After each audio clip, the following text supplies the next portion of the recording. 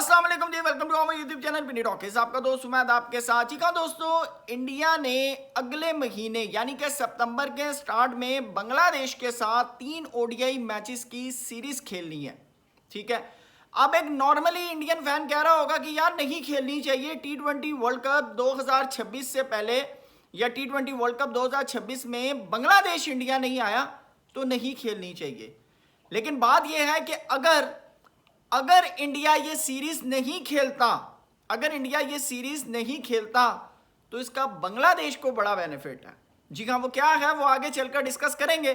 साथ आपको बताते चलें कि मोहम्मद आमिर ने पाकिस्तान क्रिकेट टीम के टॉप 5 बैट्समैन को फ्यूचर का पिलर करार दिया है पाकिस्तान क्रिकेट का। जी हाँ, वो कौन से 5 पिलर्स हैं उसके ऊपर बात करेंगे। बाबर आजम के हवाले से 3 अपडेट्स हैं जी। बाबर आजम के ऊपर आयन बिशप ने जी हाँ कुछ स्टेटमेंट्स दी हैं और बेताब हैं आयन बिशप बाबर आजम को देखने में।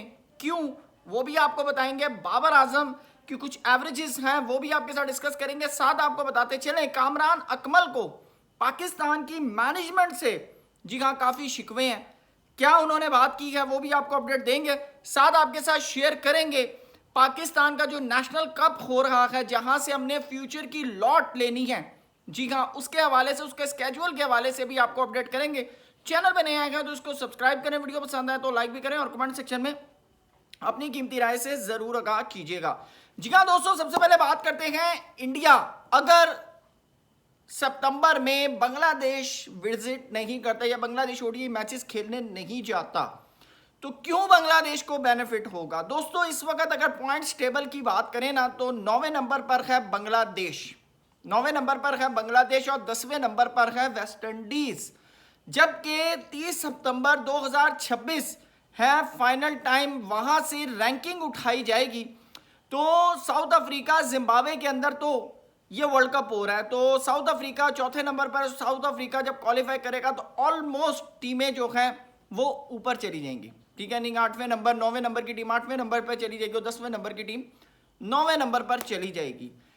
अगर इंडिया बांग्लादेश के साथ ओडीआई सीरीज खेलता है और अगर इंडिया बांग्लादेश को सीरीज हरा देता है तो बेनिफिट हो जाएगा वेस्ट इंडीज को जो कि 9वें नंबर पर खड़ी है, क्योंकि रैंकिंग में टॉप 8 टीम्स क्वालिफाई करेंगी। समझ रहे हैं मेरी बात। लेकिन अगर इंडिया बांग्लादेश के साथ नहीं खेलता तो बांग्लादेश के रेटिंग में पॉइंट है 85 और अगर इंडिया खेल लेता है वेस्ट इंडीज के साथ और वेस्ट इंडीज को इंडिया हरा देता है तो याद रखिएगा वेस्ट इंडीज ने पिछले 3 ओडीआई वर्ल्ड कप्स के लिए क्वालिफाई नहीं किया। ये चौथा वर्ल्ड कप होगा जिसके लिए वेस्ट इंडीज क्वालिफाई नहीं कर सकेगा।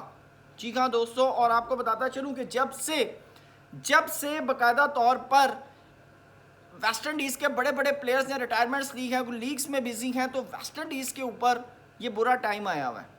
वो आपको शायद याद होगा ना, आकिब जावेद ने कहा था कि भाई ये जो बायलैटरल सीरीज़ होती है ना ये जीतना भी बहुत ज़रूरी होती है क्योंकि रैंकिंग्स बहुत मैटर करती हैं।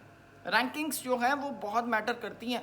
तो अब आप देख लें, अब आप बताएं अगर आप इंडियन फ़ैन हैं तो आप क्या चाहते हैं कि बांग्लादेश खेलने जाए या ना खेलने जाए। दूसरी बात आपको बताते चलें जी, मोहम्मद आमिर ने पाकिस्तान के फ्यूचर के 5 प्लेयर्स की उन्होंने बात की है, जिसके अंदर आपको बताते चलें कि ख़ास तौर पर उन्होंने जिक्र किया जी मोहम्मद अली का। जी हाँ, जो कि उन्होंने कहा है कि ये इंग्लैंड की जो सीरीज़ है ना इसके अंदर मोहम्मद अली काफ़ी जो है वो उनके ऊपर नज़र रहेगी, क्योंकि इन्होंने ऑलरेडी नॉर्ट्स के साथ जो है वो यहाँ पर क्रिकेट भी खेली हुई है। और दूसरी बात उन्होंने कहा कि आप अगर प्रैक्टिस मैच देखें तो 5 विकेट्स ली हैं, ठीक है ना, और 5 विकेट्स में इन्होंने काफ़ी ज़बरदस्त किस्म की जो है बॉलिंग की है। बॉलिंग के ऊपर कंट्रोल बहुत ज़्यादा है मोहम्मद अली का। उसके बाद उन्होंने साथ बात की खुरम शहजाद की। उन्होंने कहा कि is a very good seamer और बॉल सीम करना बहुत ज़बरदस्त आता है इनको। और यही बात मैंने आपको की थी कि खुरम शहजाद, मोहम्मद अली ये आपको इंग्लैंड के अंदर बहुत ज़्यादा बेनिफिट देंगे। थर्ड वन उन्होंने बात की है अली रज़ा की, जिसने 22 विकेटें ली हैं PSL के अंदर। उन्होंने कहा कि ये ऐसा टैलेंट है पाकिस्तान के लिए जो कि फ्यूचर में बहुत पाकिस्तान को बेनिफिट दे सकता है। 2 उन्होंने नाम लिए हैं दोस्तों आपकी बैटिंग लाइनअप से, जिसके अंदर एक अजान अवैस है और एक अब्दुल्ला फजल है। और आप बैटर जानते हैं, उन्होंने कहा है कि ये बैटिंग के अंदर एक ऐसा रोल आने वाले टाइम में पाकिस्तान क्रिकेट के लिए अदा करेंगे कि आज जिस तरह हमसे अगर कहा जाए कि Babar Azam is a pillar of Pakistan cricket team, तो हम एक वक्त में अब्दुल्ला फजल या अजान वैस के हवाले से ये बात कर रहे होंगे। ये कहना है मोहम्मद आमिर का। बहरहाल हालात व वाक़यात के साथ चीज़ें चेंज होती रहती है, तो अभी की बात है, ठीक है। दूसरा दोस्तों, आपको बताते चलें कि बाबर आजम की क्रिकेट के हवाले से साल 2026 सबसे बेहतरीन रहा है। जी हाँ, आपको बताते चलें कि जब से बाबर आजम ने क्रिकेट खेली है, तो बाबर आजम की इस वक्त टेस्ट बैटिंग की एवरेज है 77। अब आप अंदाज़ा लगा लें कि ये साल बाबर आजम के लिए कितना बेनिफिट है। इससे पहले 2025 जो था उसमें 31 की एवरेज थी बाबर आजम की, 2024 में 20 की एवरेज थी, 2023 में 22 की, 2022 में 69 की, 2021 में 34 की, 2020 में 67, 2019 में 68, 2018 में 56, 2017 में 16, 2016 में 32 की एवरेज। तो सबसे ज़बरदस्त किस्म की जो बाबर आजम की एवरेज रही है वो इस साल रही है। साथ आपको बताते चलें कि 2021 से लेकर अब तक बाबर आजम की कप्तानी में पाकिस्तान से बाहर सिर्फ 9 टेस्ट मैच जीते हैं, जबकि बाबर आजम की कप्तानी के अलावा किसी की कप्तानी में बाबर आजम या पाकिस्तान टीम ने कोई टेस्ट मैच नहीं जीता। आप अंदाज़ा लगा लें। और साथ आपको बताते चलें जी, बाकायदा तौर पर वेस्ट इंडीज़ के प्लेयर हैं आयन बिशप, उन्होंने बाबर आजम की बड़ी तारीफ़ की। उन्होंने कहा कि मैंने बाबर आजम की कप्तानी में जादू देखा है, बाबर आजम की कप्तानी में जादू देखा है। फील्ड प्लेसमेंट के हवाले से उन्होंने बात की कि बाबर आजम ने फील्ड प्लेसमेंट ली, फिर उस फील्ड प्लेसमेंट को कायम रखा। सबसे बड़ा जो उन्होंने बाबर आजम को अप्रिशिएट किया वो स्पिनर्स के ऊपर ट्रस्ट करने पर किया, कि स्पिनर्स के ऊपर जिस तरह बाबर आजम ने ट्रस्ट दिखाया, जिस तरह बाबर आजम को क्रिटिसिज्म मिला अब्बास को बैठाने का, और उसके बाद जिस तरह उन्होंने स्पिनर्स को यूटिलाइज किया, उन्होंने कहा कि आउट क्लास किस्म की कैप्टनसी की है बाबर आजम ने, ठीक है। साथ उन्होंने कहा कि बाबर आजम ने जिस तरह की बैटिंग की है, जिस तरह की टेक्निक्स यूज़ की हैं, हर कोई ये बात कर रहा है कि हमें लग रहा है कि ये नया बाबर आजम है, ये वो नया बाबर आजम है जब बाबर आजम ने डेब्यू किया था ना, उस वक्त ये बाबर आजम थे।